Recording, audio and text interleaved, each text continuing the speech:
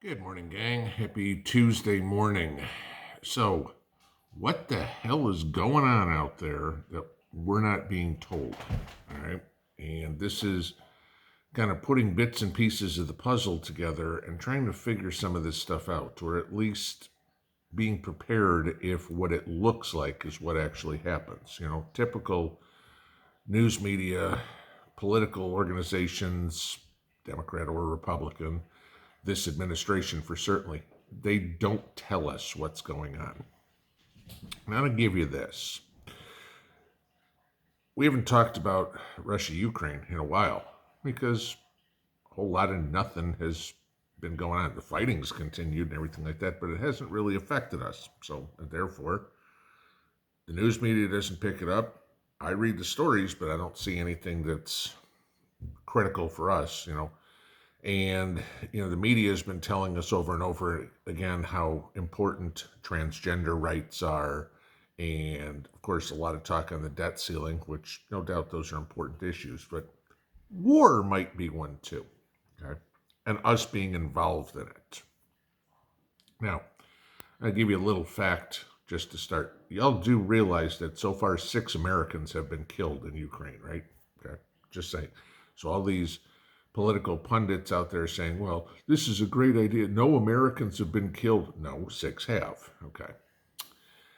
Y'all know about Biden's lies. We're not sending armored vehicles. We did. Then we're not sending tanks. We did. We're not sending F-16s.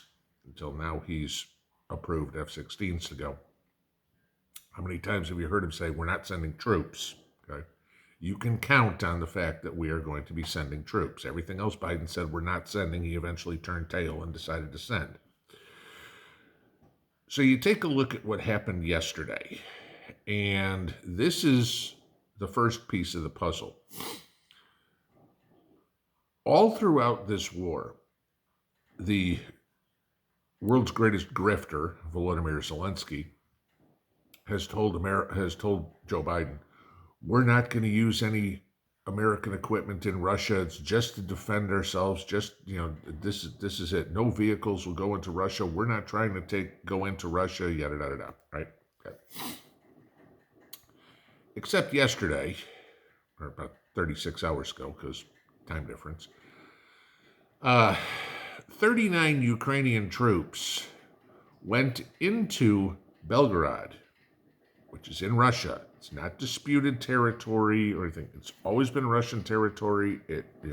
It's always been in Russia. It's not like Crimea or Donbass or anything like that. Okay. 39 Ukrainian troops went into Belgorod, shooting up civilians. Okay. And how did they get there? U.S. military vehicles, MRAPs, basically. Okay. Now, the Russians have claimed that all 39 of those Ukrainian soldiers have been killed. Good. Okay. My opinion. This is not about Ukraine taking territory away from Russia. It never has been. This has always been what we've been told, Ukraine defending their sovereignty, okay, defending their borders, something we won't do here in the States. So how does this play up? Well, Russia sees this too. Russia notices whose vehicles those were. The whole thing with the F-16s. Zelensky's telling everybody, oh, we wouldn't fly them in Russian airspace or anything like that. We'd just be using them to defend Ukraine. And that's great, except here's a problem, okay? Russia's not flying any MiGs over Ukraine. So what do you need fighter jets for? There's nobody to fight, okay? Biden's not smart enough to figure this out, nor is the entire Washington cabal. But we're going to send F-16s anyway. So what? They can shoot down hypersonic missiles? Yeah, good luck with that one. Okay. So this is where it gets more interesting.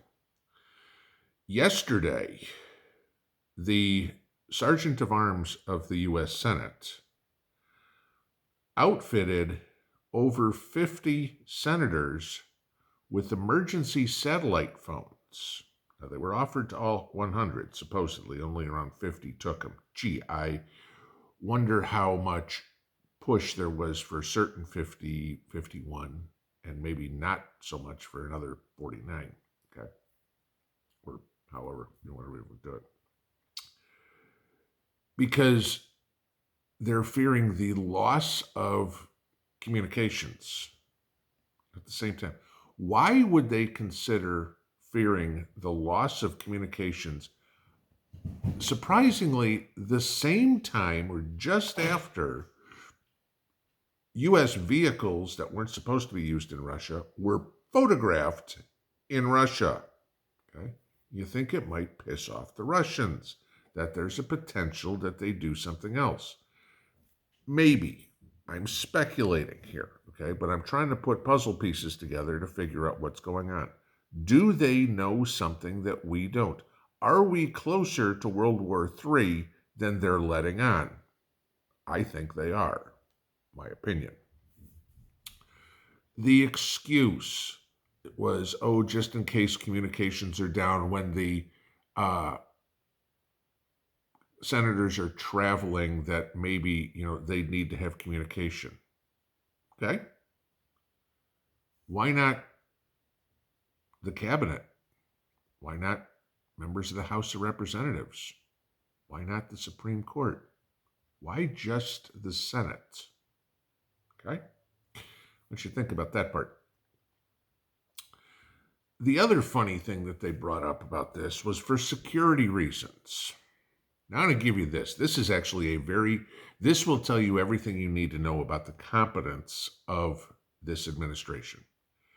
Y'all know who Jake Sullivan is, okay? The National Security Advisor, okay?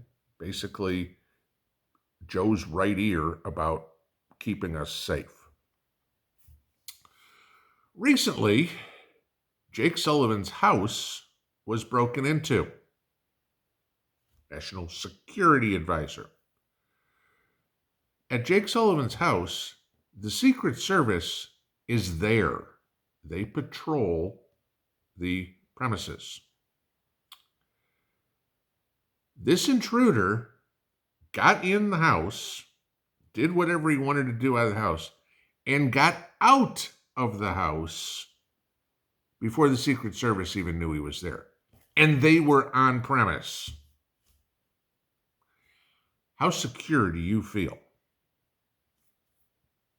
The Secret Service can't stop a crime that's happening right in front of them. They didn't even know what was going on. Okay. The government is worried about our communications going down. Okay. I mean, there's some rumor floating around that the internet's going to be shut down on Thursday. Yep. Right. Okay. The end of the world is nigh, right? They say that, one day they'll be right. Okay. I don't believe it, but I'm just telling you. So you have the security advisor who can't keep stuff secure, the Secret Service who can't do their job. You have communications being concerned that they are going to go down. So if there's no cell phone, no internet, we got to have satellite phones for important people. Okay. You've got U.S. vehicles now in Russia. Gee. But everything's so good, and Joe's doing such a good job. Don't you feel safe from, I don't know, overhead, beside just the southern border, the northern border? Joe is hell-bent on getting us into a war somewhere, somehow, any war. He just wants to be a wartime president. But this is the thing, guys. Your safety, your security is only up to you. Okay. Obviously, the government has proved they are completely incompetent at doing it if they can't protect the U.S. the U.S. National Security Advisor. How well do you think they're going to protect Mod Pa Kettle? They aren't. Okay. Simple as that. Just be ready in case something does happen here in the very near future that, gee, we told you we weren't going to use F-16s over Russia, but we changed our mind. And Joe goes, oh, okay. You know, Joe wants it. This is Joe's war. Period. Have a good one. Pinball out.